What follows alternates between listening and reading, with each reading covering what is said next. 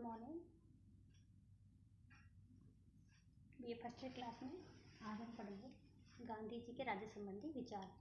इससे पहले के वीडियो ये भाग 4 है, मतलब गांधी जी का चौथा वीडियो है। इससे पहले के वीडियो हम गांधी जी के जीवन परिचय, अहिंसा, सत्याग्रह संबंधी विचारों का अध्ययन कर चुके हैं। आज हम गांधी जी के राज्य संबंधी विचारों का अध्ययन करेंगे कि यानी कि राज्य के बारे में उनके क्या विचार थे, या वो कैसा राज्य चाहते थे, कैसा समाज चाहते थे, उसमें क्या क्या चीज़ें होनी चाहिए थी। उनका आदर्श राज्य, जिसको वो राम राज्य कहते हैं, वो राम राज्य कैसा था, या जो भगवान राम का राज्य जैसा था या फिर और उससे अलग था। इन चीज़ों की हम आपको यहाँ पर चर्चा करेंगे। ठीक है। उनका जो राज्य था, गांधी जी के जो राजनीतिक विचार है उसके अंतर्गत गांधी जी ने आदर्श राज्य का चित्रण किया है। उस आदर्श राज्य को उन्होंने क्या नाम दिया है? राम राज्य। और उसकी उन्होंने रूपरेखा भी उसमें दी है। राम राज्य, जब हम शब्द को बोलते हैं, राम राज्य शब्द का जब प्रयोग करते हैं तो ऐसा लगता है कि इसका मतलब शायद श्री राम के भक्त थे गांधी जी और उसकी वजह से गांधी जी ऐसा कहते हैं। लेकिन ये ऐसा भ्रामक, अगर ऐसा भ्रम हमारे मन में आता है वो भी उचित ही है, क्योंकि गांधी जी ज़्यादातर हे राम राम ही करते थे। क्योंकि जो राम राज्य है उसका शाब्दिक अर्थ रामचंद्र जी का राज्य है, किंतु राजा रामचंद्र का समय है, जो राजा राम थे, भगवान राम थे, उनका समय आज के समय की अवस्था में बहुत लंबा टाइम है, मतलब बहुत गैप है दोनों के बीच में। इसलिए रामराज जो रामराज था आज वो व्यवहारिक नहीं हो सकता। इस चीज़ को गांधी जी भी जानते थे कि मैं ऐसे राज्य की कल्पना नहीं कर रहा हूँ, ऐसे राज्य को नहीं अपनाना चाहता हूँ जो वो राम जो आज से बहुत पहले का काल था वो नहीं है। ठीक है। उनके द्वारा जो रामराज शब्द का प्रयोग किया गया है वो भावनावश अलंकारिक अर्थ में किया गया है, यानी भावनावश उन्होंने अपने जो आदर्श राज्य को राम राज्य का नाम दिया था, शाब्दिक अर्थ में नहीं, यानी जो उसका अर्थ है वो ऐसे कैसे नहीं अपनाया था। उनके राम राज्य का अर्थ था आदर्श व्यवस्था। ठीक है। क्वेश्चन आता है गांधी जी के राम राज्य का अर्थ क्या है? गांधी जी के राम राज्य का अर्थ है आदर्श व्यवस्था, एक ऐसी व्यवस्था जिसके अंदर जो एक राज्य में जो बुराइयां होती है वो उसमें नहीं हो। इस संबंध में ये भी बात याद रखने योग्य है कि गांधी जी ने भी प्लेटो के समान 2 आदर्शों का वर्णन किया है इसमें, यानी प्लेटो ने पश्चिम जो विचारक है उन्होंने एक आदर्श राज्य की कल्पना की थी, उसके समान ही इन्होंने भी एक आदर्श राज्य की कल्पना की है, जिसमें पूर्ण आदर्श राज्य और द्वितीय आदर्श राज्य, 2 आदर्श राज्य उन्होंने बताए हैं। ठीक है। जो उनका पूर्ण आदर्श राज्य है, जो पूर्ण आदर्श सामाजिक समझ व्यवस्था है, उसके अंतर्गत राज्य का कोई स्थान नहीं, यानी कि जो अपनी वो पूर्ण जो आदर्श राज्य का आदर्श समाजीय व्यवस्था की गई है उसके अंदर तो राज्य है नहीं, राज्य विहीन समाज है वो तो आज समाज। ठीक है। यानी कि समाज में राज्य का स्थान क्या था? आदर्श समाज में राज्य का कोई स्थान नहीं था। लेकिन गांधी जी यथार्थवादी थे और उन्होंने इस बात को स्वीकार किया कि मानव स्वभाव की वर्तमान स्थिति को देखते हुए, यानी मानव के स्वभाव को देखते हुए, उसकी वर्तमान स्थिति देखते हुए पूर्ण आदर्श जो राज्य है उसकी स्थापना संभव नहीं है। ऐसे समाज की स्थापना हम बिल्कुल भी संभव नहीं है वर्तमान परिस्थितियों में जिसमें राज्य ना हो या राज्य विहीन व्यवस्था हो। अगर राज्य ना होगा तो व्यक्ति अराजक स्थिति में आ जाएगा, उनकी सुरक्षा, उनकी शांति व्यवस्था बनाए रखना इनका कार्य कौन करेगा? इसलिए गांधी जी ऐसा व्यवहारिक रूप में नहीं चाहते थे। इसलिए उनके द्वारा व्यवहारिक दृष्टिकोण से उप आदर्श राज्य की कल्पना की गई। 2 आदर्श बनाए थे उन्होंने, एक आदर्श समाज जिसमें बिल्कुल राज्य नहीं होगा, दूसरा उन्होंने एक उप आदर्श राज्य बनाया है जिसके अंतर्गत गांधी जी के आदर्श राज्य समाज के रूप में हमारे द्वारा उनके उपादर्श राज्य का ही अध्ययन किया जाता है। इसलिए हम जब गांधी जी के राज्य संबंधी विचार पढ़ते हैं तो उसमें उनके उपादर्श राज्य संबंधी विचार ही करते हैं। ठीक है।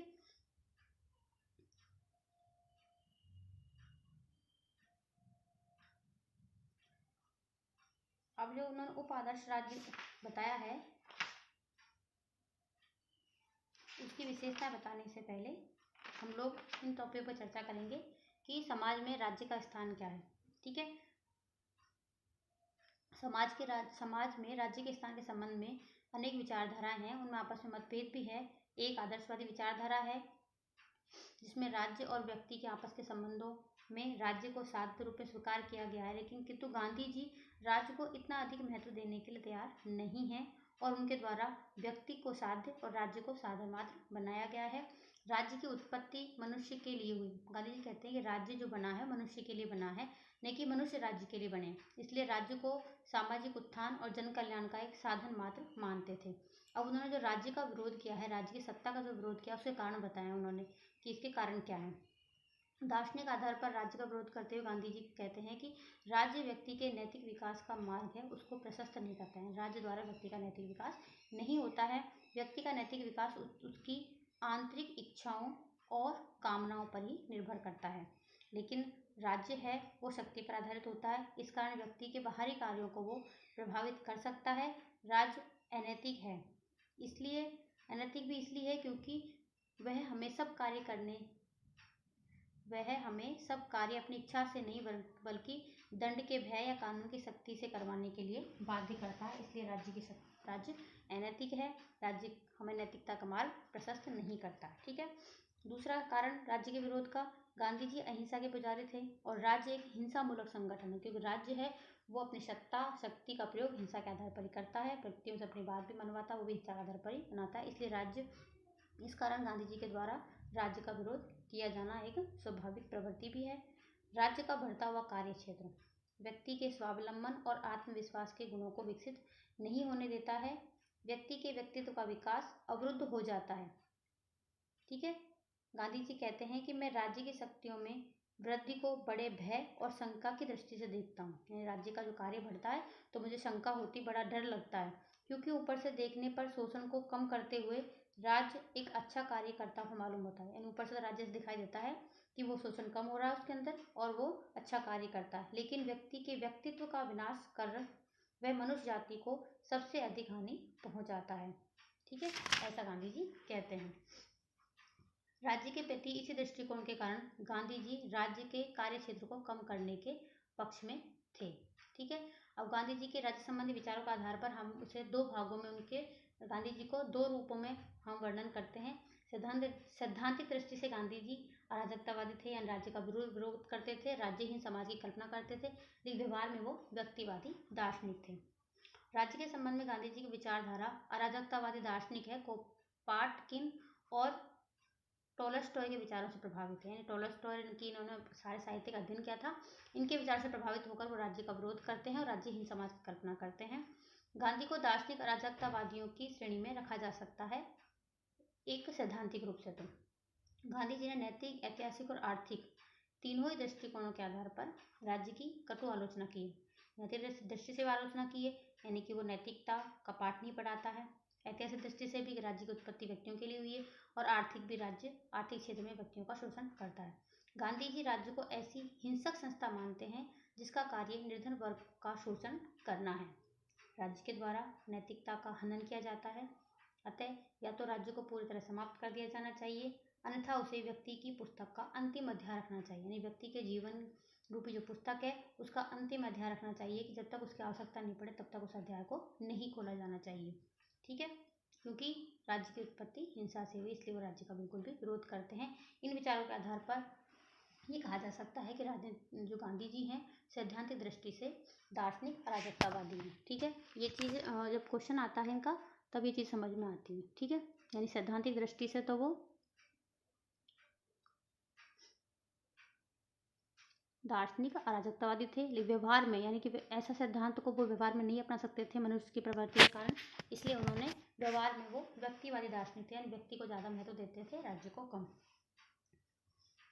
वर्तमान परिस्थितियों में राज्य को समाप्त करने के पक्ष में गांधी जी नहीं थे। उनका विचार था कि वर्तमान समय में मानव जीवन इतना पूर्ण नहीं है अपने आप में ही कि वह स्वयं संचालित हो सके, इसलिए समाज में राज्य और राजनीतिक शक्ति की आवश्यकता है।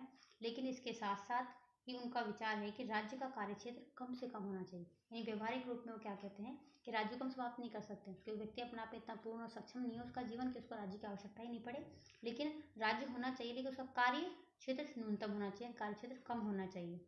इस प्रकार गांधी जी के राज्य संबंधी विचारों को सैद्धांतिक दृष्टि से अराजकतावादी और व्यवहारिक दृष्टि से व्यक्तिवादी कहा जा सकता है। ठीक है, किंतु जो गांधी जी ने तो क्रोपाटकिन और बाकुनिन की तरह हिंसा पर आधारित राज्य को समाप्त करने के पक्ष थे, यानी कि पक्ष में नहीं थे। ठीक है, यानी कि वो अराजकतावादियों के अनुसार राज्य को हिंसा द्वारा समाप्त करना नहीं चाहते थे। नहीं, उनका व्यक्तिवाद पाश्चात्य व्यक्तिवाद है, जिसका परिणाम पूंजीवादी अर्थव्यवस्था की स्थापना करना। यानी नहीं तो वो व्यक्तिवाद के इतना समर्थक हैं कि जैसे कि अमेरिका जैसे देशों में पूंजीवादी स्थापना हो गई है अर्थव्यवस्था का, वैसी स्थापना यहाँ पर भी हो जाए, इसका भी समर्थक नहीं थे। वो राज्य को चाहते थे, राज्य के फेवर में थे, राज्य को एक आवश्यक बुराई के रूप में स्वीकार करते थे। गांधी जी ने राज्य के प्रभाव और शक्ति को कम करने का प्रयत्न किया, यानी कि राज्य होना चाहिए, चाहे बुराई के रूप में ही हो, हमें वो स्वीकार करना है कि राज्य का अस्तित्व होना चाहिए, लेकिन उसका जो प्रभाव, उसकी शक्ति है, जो उसकी हिंसक प्रवृत्ति है, उसको कम से कम किया जाना चाहिए, जिससे राज्य सत्ता के होते हुए भी व्यक्ति वास्तविक रूप में स्वतंत्रता को प्राप्त कर सके। अब इस राज्य की शक्ति को प्राप्त करने के लिए गांधी जी ने कुछ सुझाव दिए हैं। इन सुझावों को हम यहाँ पर अध्ययन करेंगे।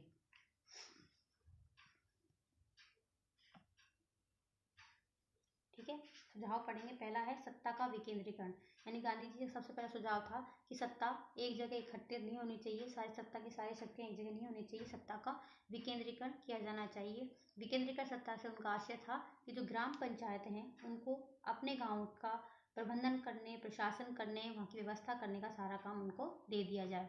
ठीक है, उनका कहना था कि सत्ता का केंद्रीकरण हमेशा ही हानिकारक होता है, यानी सत्ता केंद्रीकरण मतलब सारी शक्तियाँ एक जगह एक केंद्र में स्थापित हो जाती हैं तो वो हमेशा ही हानिकारक होती हैं। उसका परिणाम क्या होता है, कुछ थोड़े से व्यक्ति राज्य की सत्ता पर एकाधिकार स्थापित कर लेते हैं और छल कपट द्वारा उनके साधनों का प्रयोग अपनी स्वार्थ सिद्धि के लिए करते हैं, जिसे रोकने का एकमात्र उपाय सत्ता का विकेंद्रीकरण ही हो सकता है। ठीक है, दूसरा सुझाव उन्होंने दिया था वो है राज्य का कार्य क्षेत्र न्यूनतम होना चाहिए, राज्य का कार्य कम से कम होना चाहिए। राज्य सत्ता की बुराइयों को दूर करने के लिए उन्होंने दूसरा सुझाव दिया कि राज्य का कार्य क्षेत्र न्यूनतम होना चाहिए, राज्य के द्वारा व्यक्ति के जीवन में कम से कम हस्तक्षेप करना चाहिए। तीसरा सुझाव दिया था राज्य के प्रभुत्व के सिद्धांत का खंडन, या राज्य प्रभुत्वशाली है, प्रभुत्व सत्ता संपन्न है, जैसे मैंने पेपर फर्स्ट में पढ़ाया प्रभुसत्ता संप्रभुता जो पढ़ाई थी उसके अनुसार राज्य संप्रभु होता है। तो गांधी जी व्यक्ति और राज्य में व्यक्ति को साध्य और राज्य को साधन मात्र मानते हैं, इस कारण उनके द्वारा राज्य के प्रभुत्व सिद्धांत का खंडन किया गया। अगर प्रभुत्व सिद्धांत समर्थन करते इसका मतलब राज्य ही साध्य है, राज्य ही सब कुछ है, लेकिन व्यक्ति मतलब गांधी जी व्यक्ति को ही सब कुछ मानते थे। ठीक है, वो कहते थे कि राज्य जनता की शक्ति, राज्य जो है जनता की भक्ति का हकदार है, लेकिन वह हकदार कब हो सकता है, जब वह जनता के कल्याण की दिशा में कार्य करे और जनशक्ति पर आधारित अपनी सत्ता का प्रयोग करे। ठीक है, अब आता है गांधी जी ने जो आदर्श राज्य की व्यवस्था की है, गांधी जी का आदर्श समाज है वो अहिंसक समाज है, या उसको आदर्श राज्य भी कहा है, वो रामराज है। रामराज के बारे में हम पहले ही चर्चा कर चुके हैं, क्योंकि गांधी जी ने दो आदर्श बनाए हैं राज्य के संबंध में। एक तो ऐसा राज्यहीन समाज पूर्ण जो आदर्श समाज कहलाता है, आदर्श व्यवस्था कहलाती है, ऐसी व्यवहार में संभव नहीं, इसलिए गांधी जी ने उसका दूसरा विकल्प दिया है उप आदर्श व्यवस्था, जिसके अंतर्गत राज्य होता है लेकिन वो सीमित कंडीशन में होता है, सीमित शक्तियों के साथ होता है। उस आदर्श राज्य की या राम राज्य की विशेषताओं को हम यहाँ पर वर्णन करेंगे। एग्जाम में पूछते हैं गांधी जी के राम राज्य की विशेषताओं का वर्णन करते हुए उनके राज्य संबंधी विचारों का वर्णन कीजिए। तो हमें इसमें जितना राज्य संबंधी विचार में एक एक चैप्टर में जितना पढ़ रहे हैं हम इसमें वो सारा उसमें आएगा। अब उनके आदर्श राज्य की पहली विशेषता देखो, उपादर्श राज्य उप आदर्श राज्य की या राम राज्य की पहली विशेषता है कि अहिंसक समाज होगा, यानी उसमें हिंसा को कोई स्थान नहीं होगा। गांधी जी अपने आदर्श राज्य को अहिंसक समाज के नाम से बुलाते हैं। गांधी जी इस आदर्श समाज में राज्य संस्था का अस्तित्व रहेगा, यानी इसमें राज्य भी रहेगा, पुलिस भी रहेगी, जेल, सेना, courts, high court, supreme court, न्यायालय भी रहेंगे, आदि शासन की बाध्यकारी सारी सत्ताएं इसमें होंगी।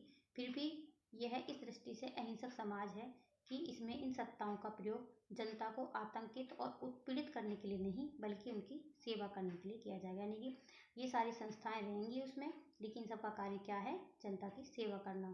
इस आदर्श समाज में कभी कभी समाज विरोधी तत्वों के विरुद्ध दबाव का प्रयोग करना पड़ सकता है, यानी समाज में कुछ ऐसे विरोधी तत्व हो जाए, उनको अगर समन करना है, उनको रोकना है तो दबाव शक्ति का प्रयोग भी करना पड़ सकता है, किंतु दबाव का प्रयोग सत्याग्रह के आधार पर होगा, हिंसा के आधार पर नहीं, ऐसा गांधी जी कहते हैं। दूसरी विशेषता है शासन का रूप लोकतांत्रिक होगा, लोकतांत्रिक वो समाज होगा। जनता को न केवल मत देने का अधिकार होगा उसमें, बल्कि जनता सक्रिय रूप से शासन शक्ति के संचालन में भाग भी लेगी। शासन सत्ता सीमित होगी और सभी संभव रूपों में जनता के प्रति उत्तरदायी होगी, यानी शासन का कोई भी रूप हो उसमें जनता खुद भी भाग लेगी, वोट भी देगी और जनता के प्रति वो शासन उत्तरदायी होगा। तीसरी विशेषता है विकेंद्रीकृत सत्ता, गांधी जी के आदर्श राज्य का एक प्रमुख लक्षण विकेंद्रीकृत सत्ता है, यानी सत्ता विकेंद्रीकरण वाले होगी। मैंने उसमें पहले सुझाव दिए थे, उसमें बताया सत्ता का विकेंद्रीकरण के वो समर्थक थे। गांधी जी संपूर्ण भारत में प्राचीन ढंग के स्वतंत्र और स्वावलंबी ग्राम समाजों की स्थापना करने के पक्ष में थे। उनका आधार ग्राम पंचायतें होंगी, यानी कि सत्ता विकेंद्रीकृत होगी तो उसमें ग्राम पंचायतों सत्ता बांट दी जाएगी। विकेंद्रीकरण को और अधिक सफल बनाने के लिए गांधी जी ने सुझाव दिया कि जितनी भी ग्राम पंचायत हैं उनका जो चुनाव होंगे तो प्रत्यक्ष रूप से होंगे, यानी सारे गांव के लोग उसमें भाग लेंगे। लेकिन ग्राम के ऊपर जो भी प्रशासनिक इकाई होंगी गांव के ऊपर, जैसे प्रादेशिक सरकार है, राष्ट्रीय सरकार है आदि हैं, इनके विधानमंडलों का चुनाव अप्रत्यक्ष प्रणाली से हो, जिससे सत्ता का समस्त जो केंद्र है ग्राम पंचायतें ही बनी रहें। इस प्रकार की व्यवस्था में ग्रामों में स्वशासन और स्वावलंबन की भावना उत्पन्न होगी और वे वास्तविक अर्थ में स्वतंत्र होंगे। ठीक है, अगली विशेषता जो बताई थी वह कि आर्थिक क्षेत्र में विकेंद्रीकरण होगा। विशाल तथा केंद्रीकृत उद्योग समाप्त कर दिए जाएंगे और उनके स्थान पर छोटे छोटे कुटीर उद्योगों का संचालन किया जाएगा। मशीनों का प्रयोग तो किया जाएगा, ऐसी मशीनों का जो व्यक्तियों के लिए सुविधाजनक होंगी, लेकिन मशीनों को मानवीय श्रम के शोषण का साधन नहीं बनाया जाएगा। यानी ऐसा नहीं केवल मशीनें काम करेंगी और व्यक्ति काम नहीं करेंगे, तो जितने 40 लोग चाहिए तो उसमें 10 लोगों पर काम रखेंगे, 30 को छुट्टी दे देंगे, ऐसा नहीं होगा। मशीनों को मानवीय श्रम का शोषण का साधन नहीं बनने दिया जाएगा। हर काम अपनी आवश्यकता की जो वस्तुएं खुद उत्पन्न करेगा। प्रत्येक व्यक्ति अपने उत्पादन के साधनों का स्वयं स्वामी होगा। इस प्रकार आर्थिक क्षेत्र में प्रतिस्पर्धा और शोषण का अंत हो जाएगा। पांचवी विशेषता उन्होंने बताई है आदर्श राज्य नागरिक अधिकारों पर आधारित होगा, उसमें अधिकार भी होंगे। गांधी जी का जो आदर्श राज्य है उसमें स्वतंत्रता होगी, समानता होगी और अन्य नागरिक अधिकारों भी व्यक्तियों को मिले हुए होंगे। इस समाज में प्रत्येक व्यक्ति को अपने विचार व्यक्त करने की सुविधा होगी, स्वतंत्रता होगी, समुदाय निर्माण करने की स्वतंत्रता होगी। देखो, ये सारे गांधी जी के विचारों से प्रभावित होकर ये सारे जो अधिकार हैं हमारे संविधान में अपना लिए गए थे। गांधी जी के इस आदर्श समाज के अंतर्गत जाति, भाषा, धर्म, वर्ण, लिंग आदि के आधार पर कोई भेदभाव व्यक्तियों को के अधिकार प्रदान करने में नहीं किया जाएगा। उनको इन प्रकार के सारे भेदभावों के बिना ही व्यक्तियों को समान सामाजिक और राजनीतिक अधिकार प्राप्त होंगे। ठीक है, अगला है निजी संपत्ति का अस्तित्व होगा। गांधी जी के आदर्श राज्य में निजी संपत्ति की प्रथा का अस्तित्व होगा, किंतु संपत्ति के स्वामी अपनी संपत्ति का प्रयोग निजी स्वार्थ के लिए नहीं कर सकेंगे, बल्कि वो अपनी संपत्ति का प्रयोग समाज कल्याण के लिए करेंगे। वह ये समझकर कार्य करेंगे कि उनके पास जो संपत्ति है वो उसके स्वामी नहीं बल्कि वो उसके ट्रस्टी रहेंगे और ट्रस्टी के रूप में उस संपत्ति को अपने पास रखेंगे, लेकिन जब भी समाज को उसकी आवश्यकता होगी वो उसका प्रयोग समाज के कल्याण के लिए ही करेंगे। श्रम की अनिवार्यता होगी, यानी कि गांधी जी हमेशा श्रम के व्यक्ति को शारीरिक श्रम करना चाहिए, अब छोटे मोटे काम खुद करने चाहिए, ऐसा गांधी हमेशा समर्थन करते थे। खुद उन्होंने इस बात को अपने जीवन में भी अपनाया था। गांधी जी के आदर्श राज्य में प्रत्येक व्यक्ति के लिए खुद का भरण पोषण करने हेतु श्रम करने की अनिवार्यता होगी। कोई भी मनुष्य अपने निर्वाह के लिए दूसरों की कमाई को हड़पने का प्रयत्न नहीं करेगा। बौद्धिक श्रम करने वाले व्यक्तियों के लिए भी कुछ न कुछ शारीरिक श्रम का मतलब यहाँ पर शारीरिक श्रम को गांधी जी ने ज़्यादा महत्व दिया है। यानी कि अगर कोई व्यक्ति नौकरी करता है, बुद्धि से कोई काम कर रहा है, तो भी उसको शारीरिक श्रम कुछ ना कुछ तो करना ही पड़ेगा। सभी व्यक्ति द्वारा कुछ ना कुछ शारीरिक श्रम किए जाने पर समाज में वास्तविक समानता की स्थापना होगी। यानी अपने जो मेन कार्य हैं, खुद के घर की साफ सफाई, अपनी लैट्रिन बाथरूम की साफ सफाई, गलियों की साफ सफाई, घर की साफ सफाई, ये सारे काम तो हमें खुद को ही करने पड़ेंगे। बाजार से कोई सामान लाना, कुछ छोटे मोटे और घर के काम करना। यानी कि कोई व्यक्ति अगर नौकरी कर रहा है, कमा रहा है, बौद्धिक श्रम कर रहा है, तो भी उसको शारीरिक श्रम करना अनिवार्य होगा। अगला है कि आदर्श राज्य में वर्ण व्यवस्था जो है उस पर आधारित होगा। गांधी जी का आदर्श राज्य वर्ण व्यवस्था पर आधारित होगा। प्राचीन काल की भांति समाज में 4 वर्ण होंगे, ब्राह्मण, क्षत्रिय, वैश्य और शूद्र। प्रत्येक वर्ण है अपनी वंश परंपरा के आधार पर अपना कार्य करेगा, किंतु विविध वर्णों या वर्गों के व्यक्तियों को सामाजिक, राजनीतिक और आर्थिक क्षेत्र में सबको समानता का अधिकार प्राप्त होंगे। किसी प्रकार की किसी के बीच में ऊंच नीच की भावना नहीं होगी। गांधी जी के आदर्श राज्य में स्त्रियों को सभी क्षेत्रों में समान अधिकार प्राप्त होंगे, किंतु उनका मुख्य जो कार्य है वो घर ही होगा। यानी मुख्य कार्य क्षेत्र स्त्रियों का घर ही होगा, घर के अंदर वो सारा काम करेंगी। अगला है अस्पृश्यता का कोई स्थान नहीं होगा ऐसे समाज में। गांधी जी अस्पृश्यता को भारतीय समाज के लिए कलंक रूप में मानते थे और उन्होंने जो अपने आदर्श राज्य की कल्पना की है राम राज्य की, उसमें इस कलंक को कोई स्थान उन्होंने नहीं दिया था। धर्मनिरपेक्ष राज्य के वो समर्थक थे। गांधी जी समाज में किसी एक विशेष धर्म को आश्रय नहीं देना चाहते थे। राज्य की दृष्टि से सभी धर्म समान होंगे और सभी धर्म अनुयायियों को सभी सुविधाएं भी प्राप्त होंगी, जैसा कि वर्तमान में हमारे संविधान द्वारा इसको अपना लिया गया है। गौवंश है, गाय की जो हत्या है, गोवध है, उसका निषेध होगा। गाय की हत्या नहीं की जाएगी। गांधी जी भारत जैसे राज्य में धार्मिक और आर्थिक दोनों दृष्टि से गायों की रक्षा करने को बहुत अधिक आवश्यक मानते थे। यानी धार्मिक दृष्टि से भी गायों की रक्षा करने को मानते थे, आर्थिक दृष्टि से भी गायों को वो अवैध मानते थे, मतलब उनको वध नहीं कर सकते। इसलिए उनके द्वारा आदर्श राज्य में गौ हत्या का निषेध किया गया है। ठीक है, और गांधी जी के इसी आदर्श को अपनाकर वर्तमान में भी गौवंश और गौ जो हत्या है उसको निषिद्ध सरकार ने कर दिया है। मद्य निषेध, यानी कि जो भी मादक पदार्थ हैं उनका उसमें कोई व्यक्ति प्रयोग नहीं करेगा, क्योंकि ये व्यक्ति के चरित्र का पतन करते हैं। अतः गांधी जी के आदर्श समाज में तो मादक वस्तुओं का उत्पादन होगा, नहीं उनकी बिक्री होगी, नहीं उनका प्रयोग होगा, उपयोग होगा। गांधी जी के आदर्श समाज में जो प्राथमिक शिक्षा है वो निःशुल्क होगी। गांधी जी के आदर्श समाज में गांव-गांव और मोहल्ले-मोहल्ले में बुनियादी ढंग की स्वावलंबी पाठशालाएं होंगी, यानी बुनियादी शिक्षा के समर्थन करते हों, जिससे प्रत्येक व्यक्ति को कम से कम प्राथमिक शिक्षा निःशुल्क मिल सके। गांधी जी ने अंतर्राष्ट्रीय क्षेत्र में भी विश्व शांति की धारणा का समर्थन किया। गांधी जी वसुधैव कुटुंबक की धारणा में विश्वास करते थे। इस कारण उनका आदर्श राज्य अंतर्राष्ट्रीय क्षेत्र में अन्य राज्यों के साथ मित्रता, सद्भावना, सहयोग के आधार पर संबंध स्थापित करने वाला होगा। ये सारी विशेषताएं गांधी जी ने अपने आदर्श राज्य में होने का समर्थन किया कि सारी विशेषताएं होंगी तभी वो राज्य आदर्श राज्य कहलाएगा, और ऐसा ही राज्य समाज जो भारत में होना चाहिए, गांधी जी ने इसका समर्थन किया था। ठीक है, आज के लिए इतना ही।